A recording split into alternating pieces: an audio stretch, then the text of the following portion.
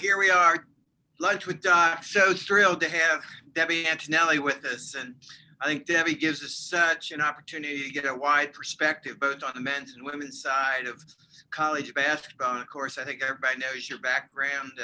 Clearly one of the top basketball analysts, but formerly, a talented player at North Carolina State, played for Cal, and then went on and I guess created a little bit of your own identity when you were at Ohio State. I guess at Ohio U, and then Ohio State, Dayton, those kind of experience, got into sports marketing, and then eventually, kind of morphed into what you do now. So really glad to have you. Thanks for being here. Thank you, Doc. Just for future reference, if anybody ever asks you to speak and they have their own bobblehead, you should say yes. Okay, well that's good. I've got my tab can with me, so I'm more than ready. That's pretty cool. Thank you. Yeah, the bobblehead maker was very I guess accommodating. Made me look a whole lot better than I really do. So it gave me more hair and dinner and all that kind of stuff. So it was good. But where we are today in the world of college basketball, you've had a chance to talk to a lot of coaches, see a lot of games. What's your take on this year, and what your thoughts are as to how this season has gone so far, and then I guess we'll talk a little bit about what you see the future being this year.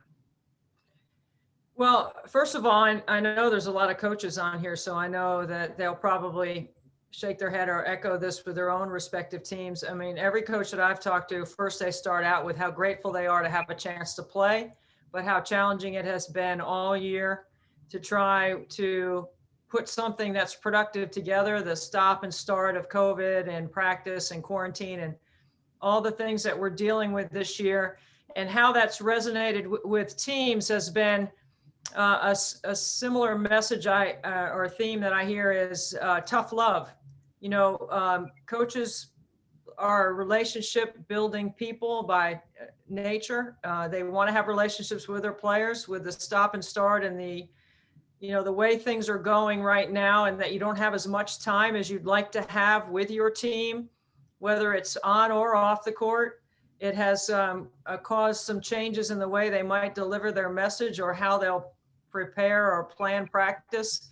And I hear tough love a lot. Like they have to be nice. You got to be nice to your players because they're going through so much. And if you don't have that relationship and you haven't had time to build that trust with them, that communication piece of it can be really challenging. And therefore they feel like they got to be nice. And that tough love that you guys a lot of you have built your careers on trying to, help kids be put in a position to do the right thing and help them do the right thing. You don't have a chance to spend as much time with them, and it's got its ripple effect to it. Do you see any common thread of those that have really managed this strange world of college basketball in right now? Is there anything that you see where some coaches you think have really done a good job that you've kind of seen it has manifested itself in the way the players react? I think the coaches that have older teams, more veteran players that already have had a system in place, or your players understand the concepts that you want them to play in, I think they seem to be having more success than the coaches that have younger teams or teams that haven't had a lot of time together. Their personalities haven't been able to mesh on the floor. But the ones that are clear and consistent about the way they communicate and what they want, and they've kept it simple inside the concepts that they want to play in, are the ones I think that have had the most success. And it could be something as simple as just getting your players to run the floor hard every time, just so you open up space so you can play and run whatever quick hitters or whatever you want to run in the middle third. I see that being a consistent theme. And then I see, on defense, just keeping it simple. I always laugh or make light of the fact that, whatever your vernacular is, but basically under overhead jam, ice trap, switch are the 7 different ways you can guard a ball screen. And you don't really need all of those unless you've got, a team that can't score at all. And you really, can take certain things away. But if you got a team that's a high scoring team, it really doesn't matter what kind of ball screen defense you have if you have enough shooters. So just keeping it simple is probably the biggest theme that I've seen and heard coaches talk about. That's on the men and the women's side, Doc. Yeah, I think probably this year more than ever, just because of the uncertainty and, the players have so much on their, on their minds, and, it's being so different. I guess you've had a chance to talk to a lot of players. What do you kind of get is there some, common thread where, the players, where their minds are in this whole situation? I mean, I think the players actually are fine. I think the players are fine. I think they want to play. They understand the protocols that they have to go through. If you really love the game, this is your opportunity to play. They understand that there are certain things they have to do. I think in some ways, and I don't want this to be misinterpreted and to think that I think the players are soft, because I don't think that. I have a college player as well. That my youngest son is a player at Emory and Henry, and they have been on pause, and he just left to go back today because they've been quarantining for 2 weeks. I think the players are grateful to have a chance to play. They've worked hard. This is their opportunity. They know that there's sacrifices that come with it, but quite frankly, we're all making sacrifices. I mean, I'm not going out to eat dinner. I'm not leaving my house. I'm not doing some of the things that I normally would do. And so I think that this is just the time that we're in. It's not specific to a student athlete. I think it's, if you want to play, these are the things that you do. If you don't want to play, then you opt out. So I see the players being grateful and the players being appreciative of what people are doing to try to give them a chance to play. On the men's side, I guess, some of the traditionally preeminent programs in the country, Duke, Kentucky, to some degree, North Carolina, who have just, been like I said, the preeminent programs, for years and years and years this year have tended to struggle. Do you think that is a factor connected to, the uniqueness of the season? Do you think it is because, they've traditionally recruited the top 10 players in the country, the one and done guys? Do you see this as a trend, or do you think that's kind of an aberration? Well, you could add Michigan State and Kansas to that list also when you're talking about Duke, North Carolina, Kentucky.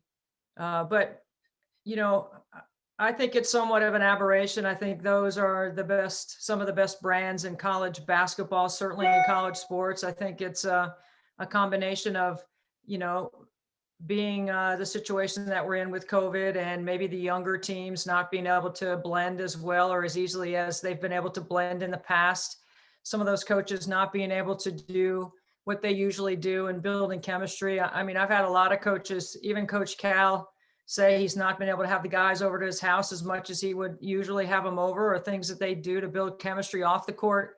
And it's been reflective on the court. So I think it's an aberration. I think it's those teams are all going to come back. It's kind of ironic, that big stat that we've all been talking about is Duke, North Carolina, and Kentucky not ranked in the AP poll since 1961. I mean, that's an aberration, right? I mean, that's not something that we should consistently think that we're going to see some sort of slide out of Michigan State's teams or Kansas's teams. I think they'll be back, but I also think that when you look at some other teams like, most teams that have had pauses, and almost everyone has had a pause by now. I think you're starting to see teams come out of it, and the players that are that really love the game are the ones that are really having success this year, because they're willing to take whatever the sacrifice is that is required to be able to play. So now, because this year is such a unique year, and the NCAA tournament process for selection of the teams has always been pretty much the same, may use different criteria and that sort of thing. But this year, because of, the differences between, teams may play 20 games, they may play 28 games, they may play, 10 conference games, they may have not played any non-conference games. How do you, I know you probably thought a lot about this and talked to a lot of people. How about that selection process? How do you think think there'll be how different criteria may be used this year than other years, or how you think that's all going to come together? I have no idea, Doc. There's not a lot of transparency on that side of it when it comes to the committees on the men or the women's side, really giving up information about which criteria will weigh more than another. Sometimes we've heard a lot about the eye test this year, which, I think the evaluation of teams from an understanding of the game or how you play is always an important metric that never has a scientific piece of data attached to it. So I don't know. On the women's side, I know they haven't decided. I just recently had a conversation with Nina King, the D1 chair, who's the deputy AD at Duke. They just haven't decided how all those things are going to come together. The only piece of criteria that has been relaxed, I know on the women's side, I'm not sure about the men's side, is the 500 record. And if you didn't get to 13 games, there's a waiver process that you can apply for this, as long as you've shown that you have made an effort. So I don't think we'll be in jeopardy of anybody not being able to be eligible based on not getting to 13 if they have a good enough resume. Like, if there was a team that was projected right now as one of the top 4 seeds and they weren't going to get to 13, I don't see anybody in that scenario. So, the unfortunate part and the part that we all love about college basketball is some of the mid-major conferences getting a chance to play non-conference games against some of the Power Fives to measure up where their teams are and to get some data for, quad 1, 2, or 3 wins so that the net rating is impacted. That stuff that we're not looking at apples to apples this year. And so it's going to be really interesting and challenging on the men's side, but more so on the women's side to be able to select and seed. And 64, which is new on the women's side, because those of you that may have been familiar with, my advocacy for over 12 years on why I think the women need to change the format of their tournament. And this year, for the first time, we're going to actually seed the women's tournament on an S curve. It's never been done before. Geography has always played a role in our game. We've never had a true S. And this is going to be really interesting to see how that plays out. And I think that's going to be really challenging for the 10 people on the women's committee to get that right. It's going to be really exciting to watch and see what they come up with. That will be. Can you explain that a little bit? What you mean by the S curve? It's a mathematical, as long as you're not asking me to dive into any transitive property or anything like that involves math, Doc, I'm happy to say, I think all the coaches here know, or administrators know, what the S curve is. It's a mathematical formula where the women will seed 1 through 64. They've never done that before. What has happened on the women's side is geography has been a very strong principle with which they've used to seed teams. There's been 4 regionals and there's been some geographical preference. And it's favored the top teams because those are the teams that draw. Therefore, that's where the NCAA would select regionals. This year, because the women are all going to San Antonio, there is no geography in the formula, and therefore it's a true S. So the overall number 1 seed will be the overall number 1, not based on geography or any other metric or other metrics, not including geography. So it's a real interesting change on the women's side, and I think it's great.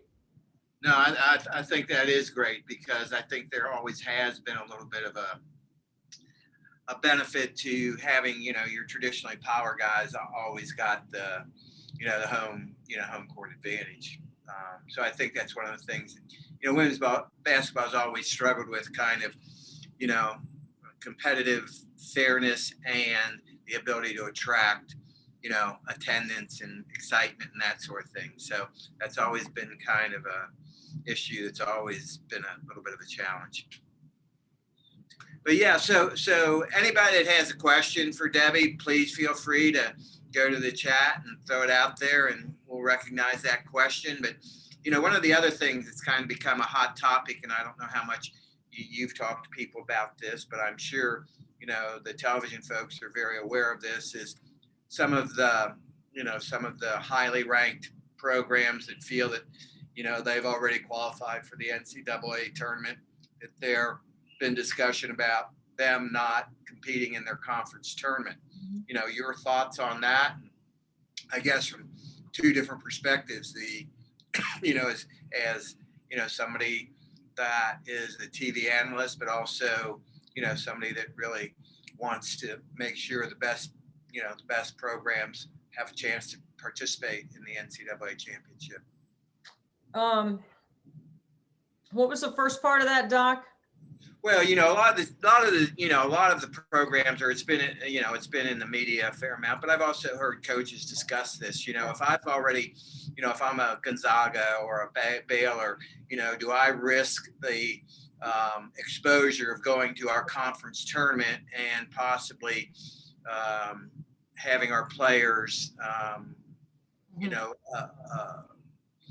have a chance to pick up, the virus?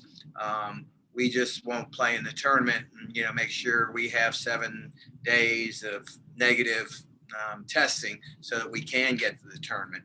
So some programs are talking about, just not going to their conference tournament. So I just recently learned this. I was not aware. I thought that most conferences' automatic bid was their conference tournament winner. And then I learned that the NCAA actually has, especially, I know this is on the women's side. I'm not sure about the men's side. So I do know this is for sure on the women's side. February 26th is the date that conferences have to let the NCAA know how they will submit their automatic bid.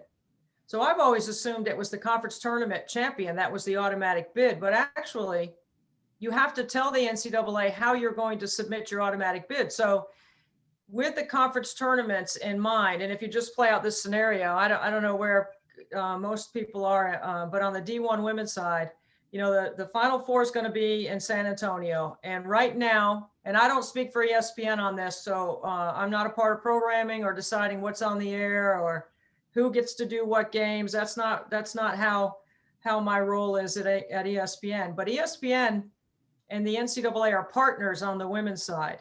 So that's why I'm throwing out that disclaimer, because I don't speak for ESPN on this. But if the NCAA takes the women's Final Four and they work backwards, typically we all know we've had a 3-week tournament. So the first and second round is 1 week, the regionals the next, then the Final Four.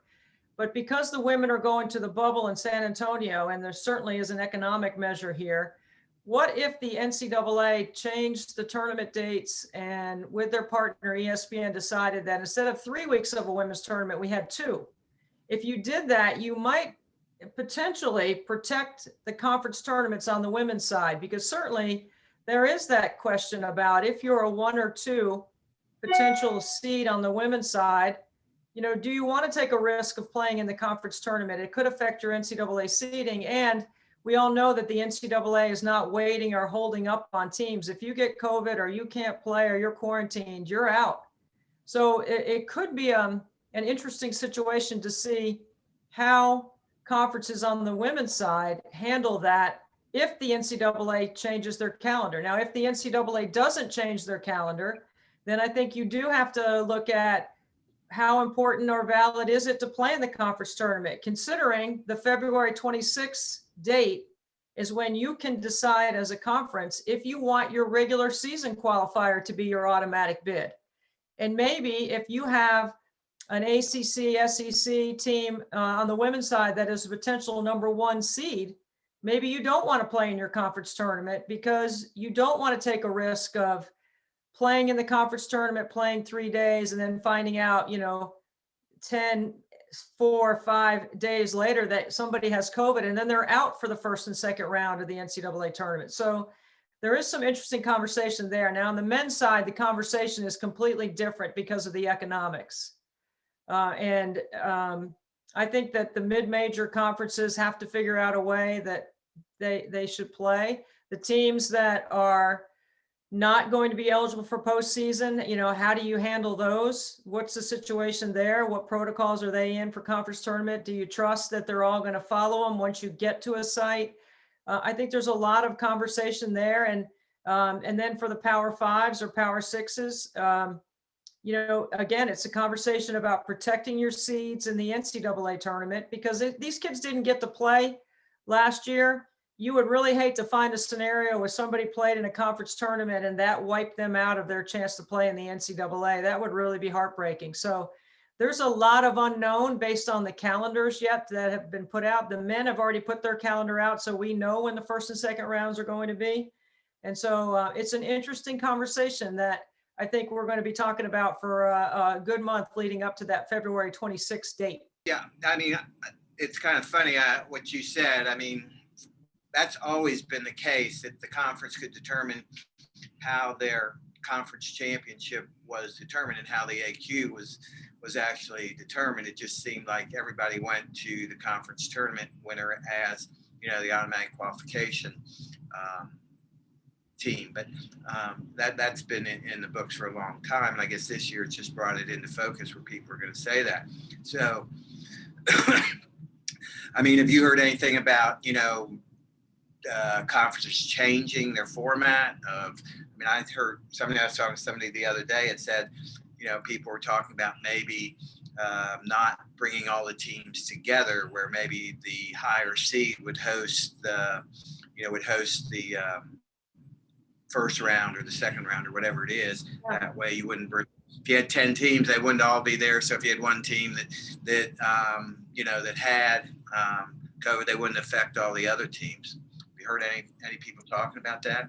Heard a lot of discussion about changing formats, and anything goes, right? I mean, this is a unique and different year. I think from a leadership standpoint, I think you have to put your conference in the best position to get the most bids in the NCAA tournament, because obviously we all know what kind of money that means for those leagues. So I think every conversation is open right now. And because, like you said, Doc, that February 26th or that particular date has been on the books for a long time at the NCAA, but no, I just learned it. I didn't realize that you actually had an option as a conference. So I think that's why that comes into play, based on calendars and based on where your team is in a month from now. I think it's all open for discussion.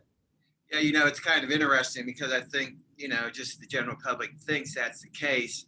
And the reality of it is, I think a lot of conference tournaments, back in the day were just developed to generate revenue. I mean, I think that's right. What it was, because, in a way it's kind of crazy, you play all year long, you play however many conference games it is, 18, 20, whatever it is. You would think whoever wins the regular season has the team that's the best team and should be the representative of the conference. But because of revenue, and I think probably the ACC may have been the first one to really understand the value of having a conference tournament from a financial standpoint.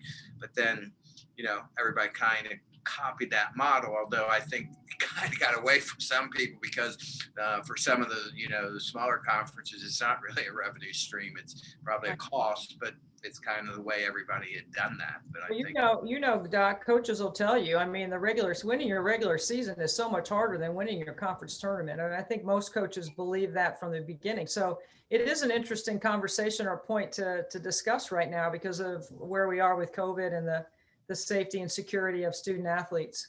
Thing right now, of course, we're talking about coronavirus and how it's affected everything. But another big issue that's out there is the transfer portal and, the one-time transfer waiver. And, you talk to coaches, you talk to players, you're around them all the time. What's your take on how that's going to impact, college basketball on both the men's and women's side over the next year? Let's just say the next year. Well, I think it's the wild, wild west. I'm glad I'm not coaching or having to recruit. And that goes back to initially when I talked about tough love. If a player doesn't like their situation, they can just change. As a mom with 3 boys, I'm concerned about people being easily able to quit and just quit. I mean, I know growing up as a kid, I wasn't allowed to quit if the situation was tough. You had to figure out a way through it. You had to work your way through it. I wish more kids would figure that out instead of just opting to listen to an outside circle or a circle that's not in practice every day and maybe doesn't see the true picture of what goes on. Now, if you're in a bad situation, you're in a bad situation. I mean, obviously you have to be able to change, but the ability to just move on and, and I know the argument on the other side will be, well, coaches get to do that also. Well, I think there's a whole bunch of ripple effect here. I mean, I know for a fact there are some institutions right now that will not be offering summer school to their players. Okay, now I honestly don't have a problem with that. And I say that because most D1 players think they're going to play pro. And fortunately for them, there's always a place that you might be able to go. If you can't play professionally, you might be able to go and play overseas and play at some level there. But I do know that if you want to play professionally, there will always be an option for you to do so. But because of the way the whole system is with summer basketball and with everything else, most kids have never had a job. So if you've never had a job, what do you have on your resume, and how are you going to get a job? And what are we doing to help these young men and women be able to be ready after college? So I take more of a holistic, old school approach to, if we don't have to go to summer school, fine. Let kids go home and figure out how to work out on their own and get ready and come back prepared. I know at NC State, when I came back, if I wasn't ready with my times, and I didn't have my conditioning where it needed to be, you're going to pay a heavy price for that. And so, for coaches, I know they want to have their kids in the gym, and I know they want, to be around them, but there's some accountability on the kids' side too. So with the transfer portal, with you being easily able to transfer anywhere you want, I think it makes it so much harder on the coaches to do their job. I'm all for the student athlete having an opportunity, but I also think that we might have egregiously gone so far on the other side that we don't know who's in charge. Who are the kids in charge? Because it seems to me like they might be. And it's easy for me to say that because I'm not a coach. And I love our product to be really good. And I think our product is outstanding. But I think it's some of the responsibility that we have taken on in college athletics really isn't our responsibility. Some of it has to go back on the players to be accountable and get themselves ready for, when they graduate, that they're ready to get a job, and we put them out in a world where they can get a job and they're ready. So, there's probably a lot of people on this call that don't agree with that, but you asked me what my opinion is. It's just one person's opinion. And probably because of COVID, more so than from the transfer portal, is probably why a lot of schools are not going to be allowing their players to come back for summer school. Now, that might not affect basketball. That could be football, men's and women's basketball players still get to come on campus. But I do think that if we're going to let them on campus, then we need to change the rules about how much time you guys get to deal with them. You should be able to work with them as much as you want if they're going to be on campus. If this whole thing about 8 hours and 6 of them are with a full team, or I don't even know how the rules are, but the rules seem to me to be set up where you guys can't catch a break. You can't win. You have them on campus, but you can't spend time with them. You need to be recruiting, but then you feel guilty about not being on campus.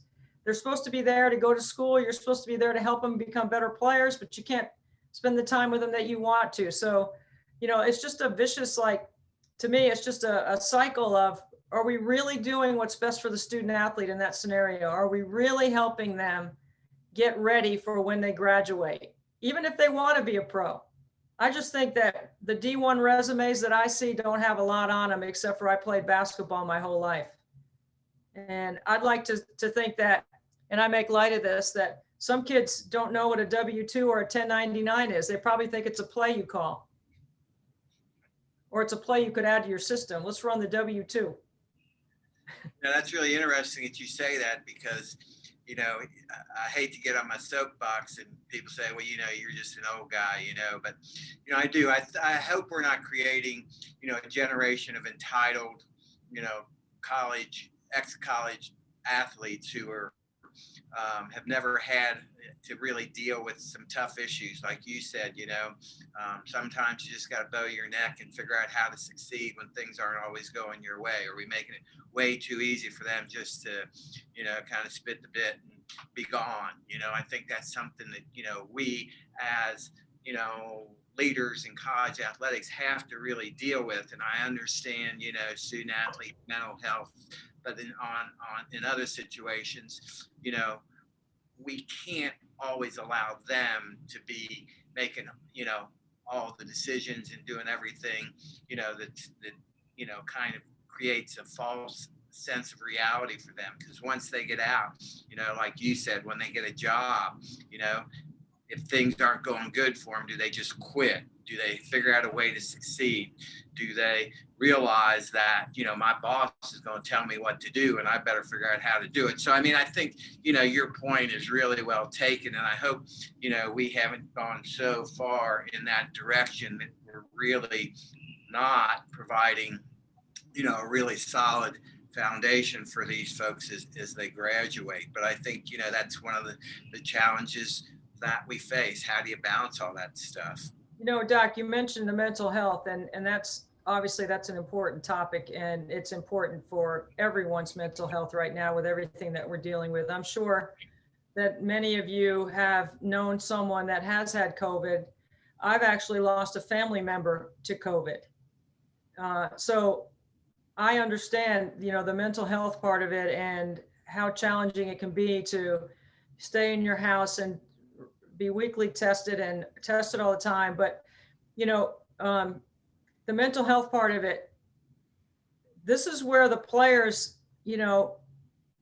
I feel like the coaches have a good handle on this part of it, because most of the coaches that I talk to talk about how they feel like their players are in a better state because they're able to be with their teammates and with their coaches as much as they can be with them. So, the teams that opt out, or the teams or the players that opt out that don't have,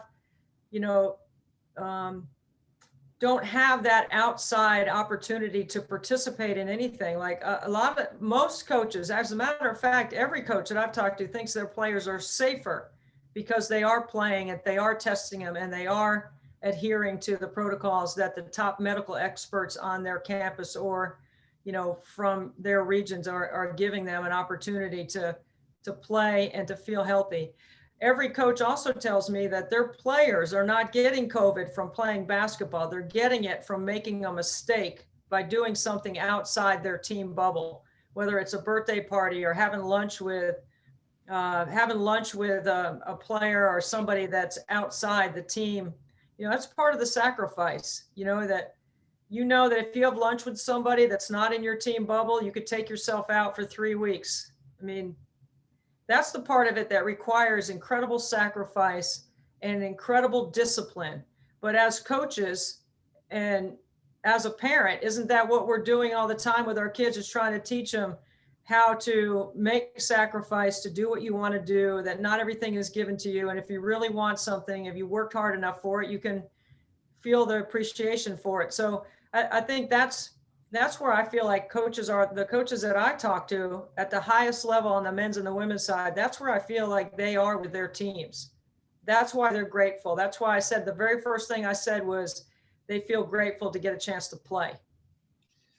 Yeah, I know, last year, of course, we here at ETSU, we had, Coach Forbes and, our guys had a great record, 30-4, won our conference tournament and missed out on the opportunity to go to the NCAA tournament, which, for most of our guys, that is kind of their ultimate goal. They know they're not playing in the NBA. They may play somewhere else, but, that's like the dream of a lifetime, to have a chance to compete, hear your name mentioned on CBS, the selection day, and that sort of thing. So, I think at least this year, while there's all the barriers and all the challenges that are out there, having the ability to play in that tournament is really, something that, these men's and women's basketball players can really look forward to.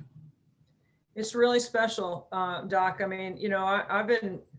mean, last year was the first year, and I think I want to say like 30, it was a lot, almost 40 years that I had not been a part of an NCAA tournament in some shape or form, whether it was from being a player to being a broadcaster. And, the tournament is so special. And for me personally, to get to call the first and second rounds for CBS on the men's side is obviously it's a highlight on my schedule. And it's something that I work all year for to get ready to be able to, call those games, because it's the best sporting event. I mean, I know a lot of people love the Super Bowl. I can't imagine there being a better sporting event than college basketball at the NCAA tournament. To me, that's my opinion, it's the greatest event. So it's fun to be a part of, and I know how much the athletes love it. And the game is played at such a high level that it's so entertaining to watch. And, our game has come so far, both the men's and the women's side. And it's fun. It's a fun thing to be a part of. I hope everyone on this call that coaches gets a chance to experience it with their teams as coaches. I'm sure most of these people have as players. So Debbie, let me ask you, I always wondered, so the research that you do is before, let's just say the NCAA tournament, does the NCAA provide you a lot of that, or are you pretty much on your own to do your own research? And do they encourage you to look at different things, like personal cool stories about a player or coach, or do you just kind of figure that all out on your own? We have some resource, but it's the same resource that we would have on a regular game. I watch a lot of film. I have a resource called Synergy. We have the Ken Palm on the men's side. We have her hoop stats on the women's side. There's a lot of analytics now in our game that you can study. You have to, I try to use a number to try to explain a point. I don't want to spend my whole broadcast talking about numbers.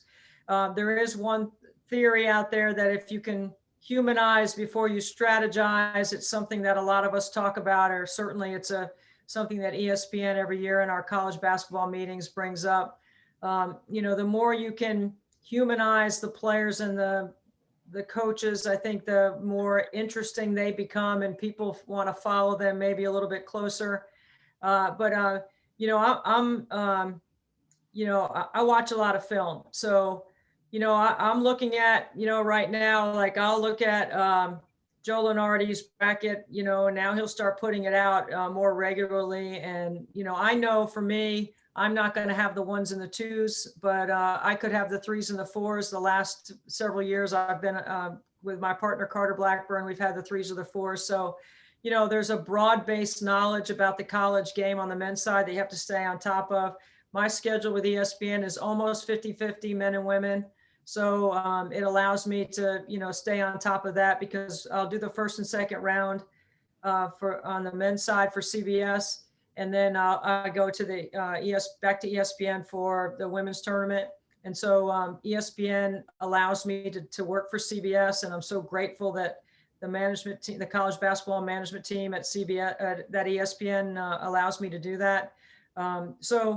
It's a year-round, 365 days a year preparation for college basketball for me. It's what I love, and I love watching film, and I do the very best job I can to get ready.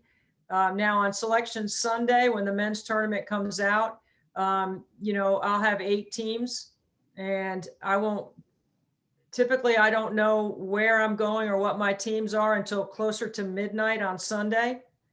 And so that's when you start diving in, and hopefully for me, I'm hoping that one of the 8 teams that I will have in the first and second round are teams that maybe I've already covered, which makes it a little bit easier prep for me, especially if I've had them.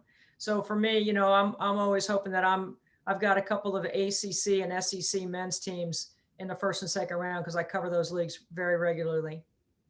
Now, how often will, even during the regular season, if you're doing a game, how often will a coach call you and say, hey, Debbie, here's a really cool story that maybe you'd be interested in?